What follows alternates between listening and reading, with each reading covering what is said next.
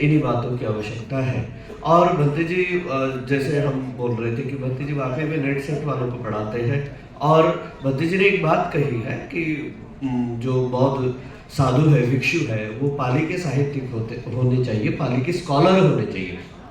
उन्होंने 2 दृष्टि से बताया है। एक तो अपन ने पाली भी पढ़नी चाहिए और अगर अपन उनके यूनिवर्सिटी में अगर एडमिशन देंगे तो उनका प्रमोशन जल्दी होगा। इस दृष्टि से भी उन्होंने बोला है, तो कृपया उनके एडमिशन की ओर भी ध्यान दें। बहुत बहुत बढ़िया बद्री जी ने बहुत अच्छी बातें कही। बड़ी रियल यानी कि वो डायरेक्ट हमको गंगोत्री से उन्होंने हमको केदारनाथ तक वो लेके आए।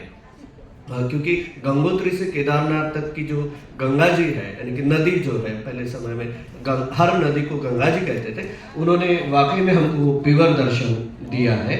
बहुत बहुत बढ़िया भंते जी ने बताया। इसके बाद मैं स्टेज पर निवेदन करता हूँ दूसरे प्रवक्ता को, पूजनीय भदंत डॉक्टर सत्यानंद महास्थविर जी।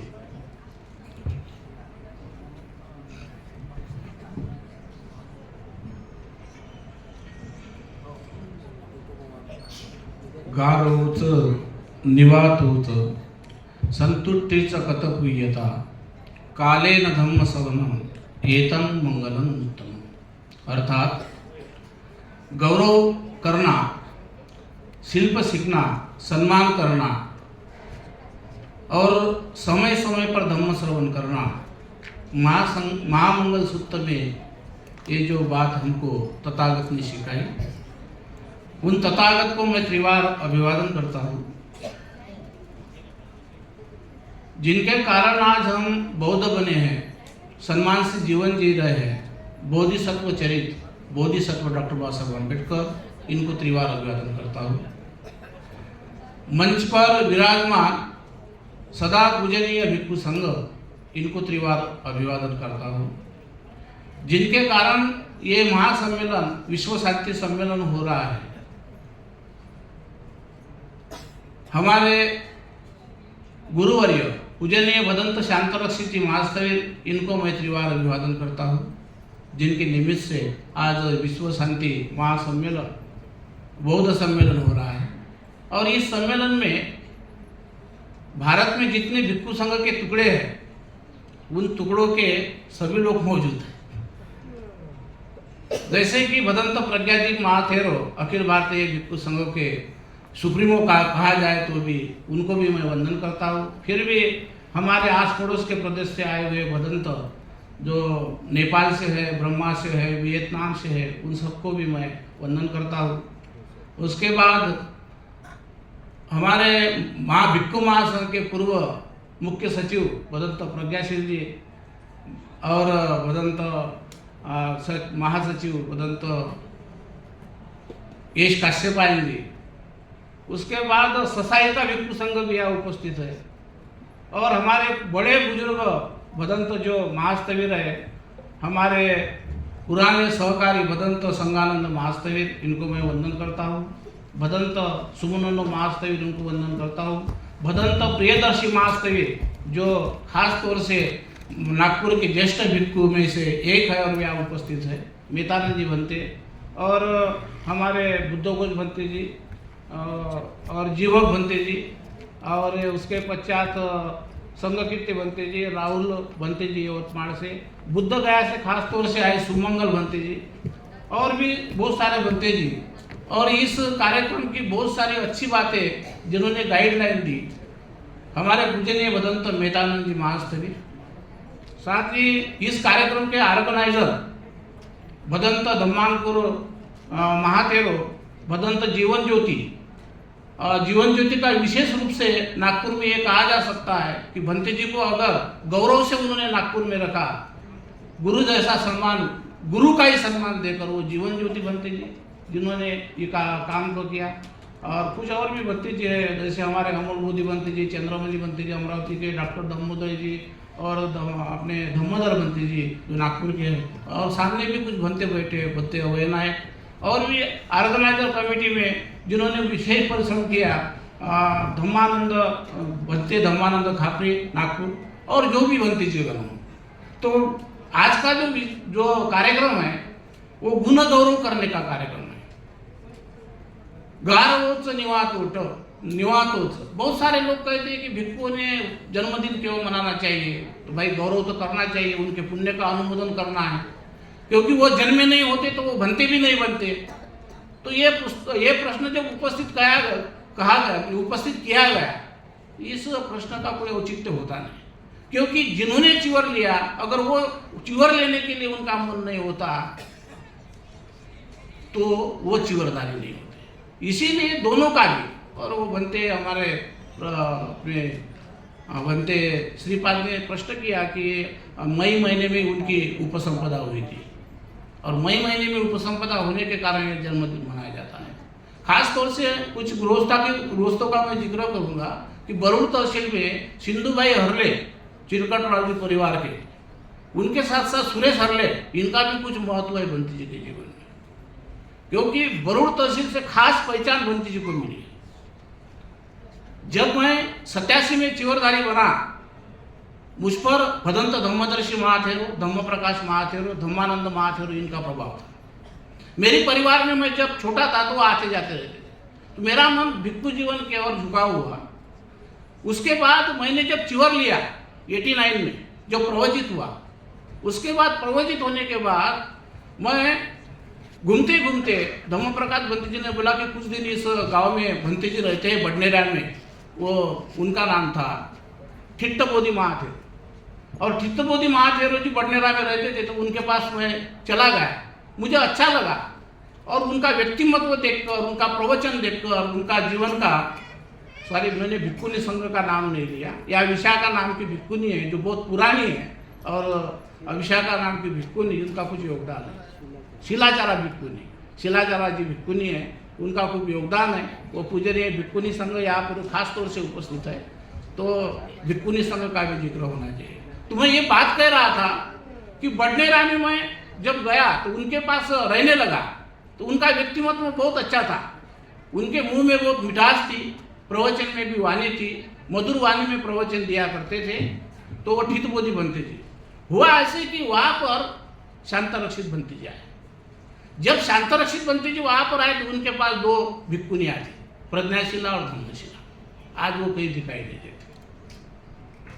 तो मैं उनके साथ रवाड़ा गया, नागठाना। वहाँ गया तो मुझे भंते हमारे मित्र अपने प्रोफेसर जी वो मिले, तब वो मतलब वो आमिल पीते थे और बहुत प्रवचन करते थे, वो मिले। उनके साथ भी हम लोग घूमे। जब मैं महाराष्ट्र में था तो वो पांडुरनाग गए, वो पांडुरनाग गए तो मैं पांडुरनाग गया, वो छिंदवाड़ा गए तो मैं पांडुरनाग गया, वो छिंदवाड़ा गए तो वो जब छिंदवाड़ा से जबलपुर गए, ग्वालियर गए तो मैं भोपाल गया। ऐसे तरह से हम पीछा करते हुए आए। तो जब मैं महाराष्ट्र में आया, बंते जी शांतरक्षित जी ने मुझे लाया, तो वो भी महाराष्ट्र में कोल्हापुर आए। इस तरह से कुछ बातें होती है। तो हुआ है कि बात ऐसी कि फिर रवाड़ा में हम लोग जब गए तो नागठाना में एक सप्तगिरी पहाड़ों में एक ध्यान केंद्र बनाया था, जो मट्टी का बना और पूरे जंगल से घिरा हुआ। हम वहाँ गए, रहे, भंते जी के पास रहे। तो मुझे ये लगता था ध्यान करते हुए बैठे हुए, मेरे मन में ऐसी भावना हुई कि भंते शांत रक्षित और अंत है। देखो उस वक्त की मेरी भावना, मतलब कब की, 91, 92 के आसपास की बात है, 91 की। तो मुझे लगा कि भंते जी अरंत ही है। आप भूलेंगे, हंसने की बात नहीं है, लेकिन जब वो ध्यान के लिए बैठते थे तो हम लोग आधा किलोमीटर से आए तो आग लगा कर भी हो तो वो बोलते थे, आओ सत्यानंद, आओ प्रज्ञासी, आओ अपने यश काश्यप आए। तो इस प्रकार से वो पहचान जाते थे। तो हमारे मन में भ्रम होता था कि भंते जी अनंत है, और इसीलिए उनको चिपके रहने का ये भी हमारा उद्देश्य था। उनके नाम में शांति है, नाम शांत रक्षित है, लेकिन ये भरोसा नहीं हम दे सकते कि वो शांत रहेगी। आज मैंने मेरे जीवन में भंते जी का जितना गौरव करना है मैंने किया। यवतमाल जब थे तो मैंने कार्यक्रम का अध्यक्ष बनाया, जिस वक्त यवतमाल में उनके प्रति बहुत रोष था। दूसरा बात, 2010 में 23 और 24 मार्च को मैंने उनका जाहिर सत्कार किया। भिक्षु संघ की मतलब महास्तरीय पदवी दान का कार्यक्रम भी रखा। मन की बात होती है, किसी को चिवर देने से कोई शिष्य नहीं होता। प्रेम होना चाहिए, और ये प्रेम हमको दिखाई देता है, इसीलिए तीनों संघों के लोग यहाँ पर हैं। ससाई जी का मैंने जिक्र इसीलिए नहीं किया कि मुझे बिल्कुल नहीं पड़ती। आप बोलेंगे क्यों, मैं कौड़ा में कौड़ा कभी नहीं मिला था। भिक्खु संघ ने विश्व शांति लाना है तो एक होना पड़ेगा। या बहुत सर्वे सर्वा बनते जो सुप्रीमो है अखिल भारतीय भिक्खु संघ के प्रज्ञाति। अगर एक भिक्खु संघ नहीं होता, भिक्खु संघ की बातें नहीं निकालूंगा, लेकिन एक समन्वय कमेटी तो बने जो तीनों संघ आपस में एक विचारधारा से काम करे। उसका भी अध्यक्ष रहने दो, उसका भी महासचिव रहने दो, तीनों भिक्खु संघ के अध्यक्ष वो स्वयं देश राष्ट्रीय अध्यक्ष क्यों न बने, विश्व के अध्यक्ष क्यों नहीं बने, लेकिन वे विचारधारा से काम करने के लिए भिक्खु संघ भी हो।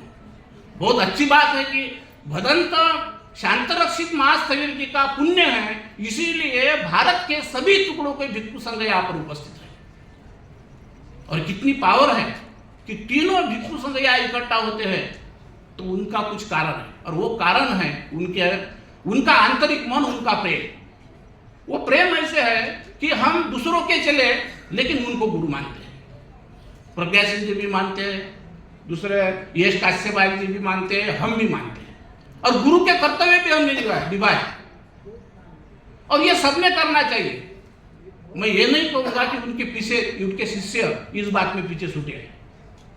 भाई गुरु का सम्मान भी करना है तो हमें उतनी औकात हमारे शिष्य में होना चाहिए कि उन्होंने गुरु का सबका गौरव करे, उन्होंने खुद खर्चा करे, उन्होंने करना चाहिए जो शिष्य है। आज के काल में कौन किसका शिष्य, कौन किसका गुरु। भिक्खु संघ में अगर एक विश्व शांति लाना है तो उनको एक जगह बैठकर एक संपत्ति बनानी पड़ेगी, और ये बहुत बड़ी कमी है।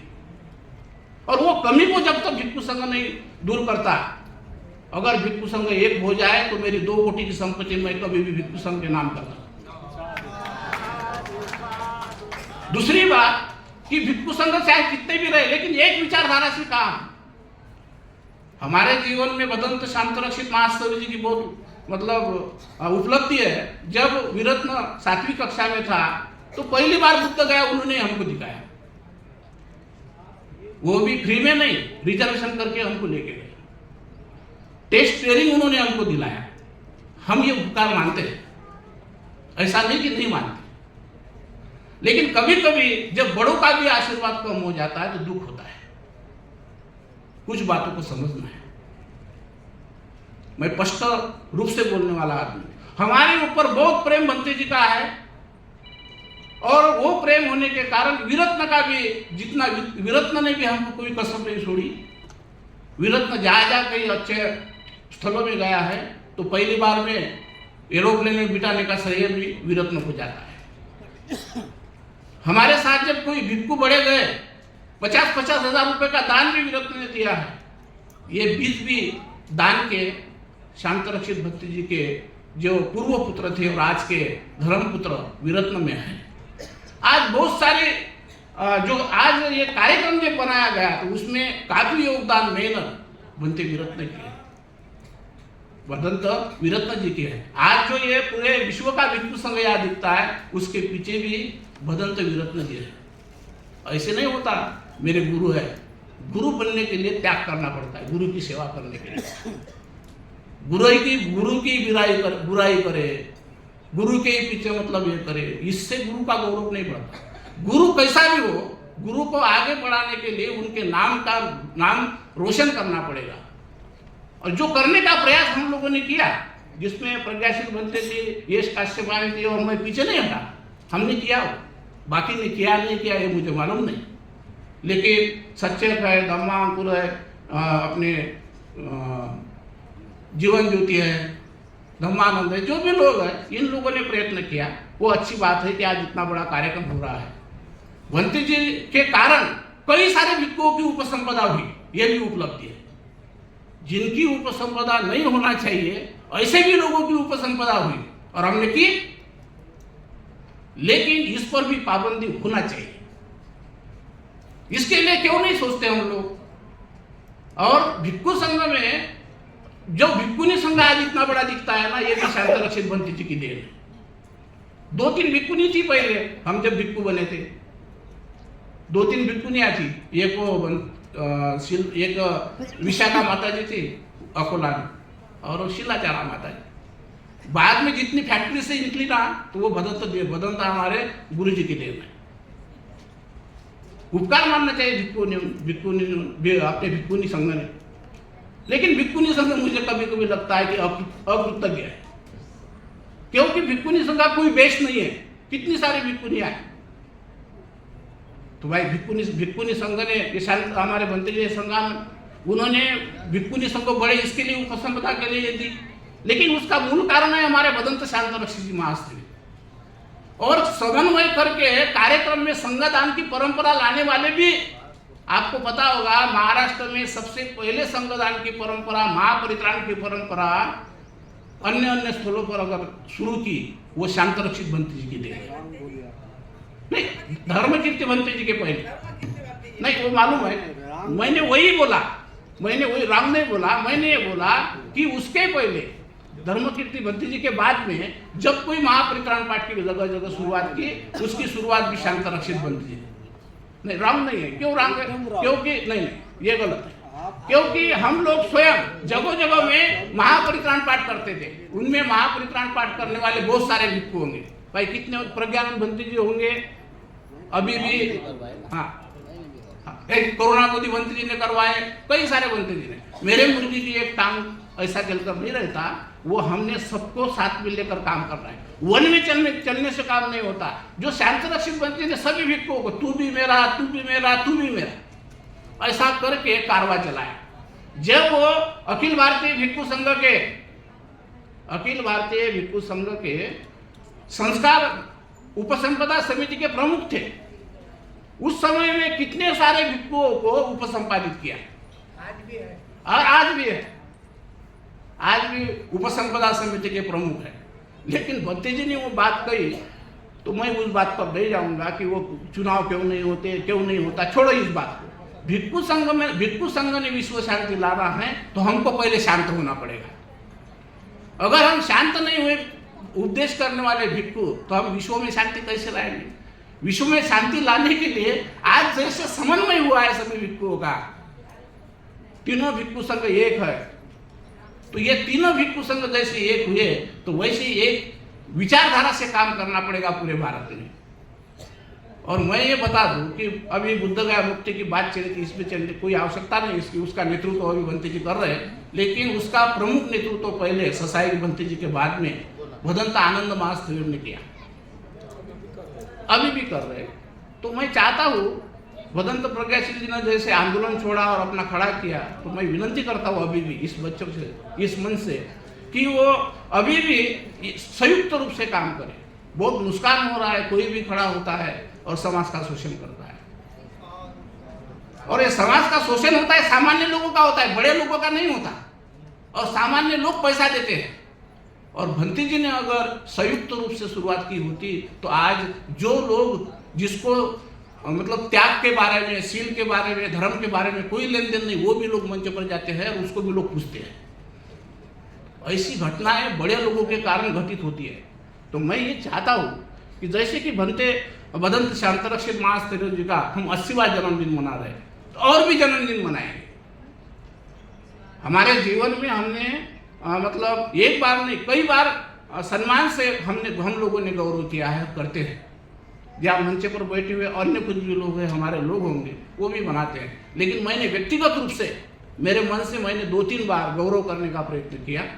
कोई गुरु से ऋण से मुक्त नहीं हो सकता, लेकिन उनके कुछ बातें जो अच्छी लगी तो वो हमने धारण की।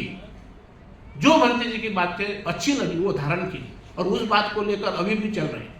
उनके कारण जहाँ जहाँ हमने नेतृत्व किया, चाहे मध्य प्रदेश में पहुंचे, चाहे नॉर्थ ईस्ट में पहुंचे, जहाँ कहीं भी पहुंचे, तो मैं समझता हूँ, मैं अपने आप को मानता हूँ कि उन्होंने हमको उंगली पकड़कर चलाया, तो उसके पीछे उनका हाथ है।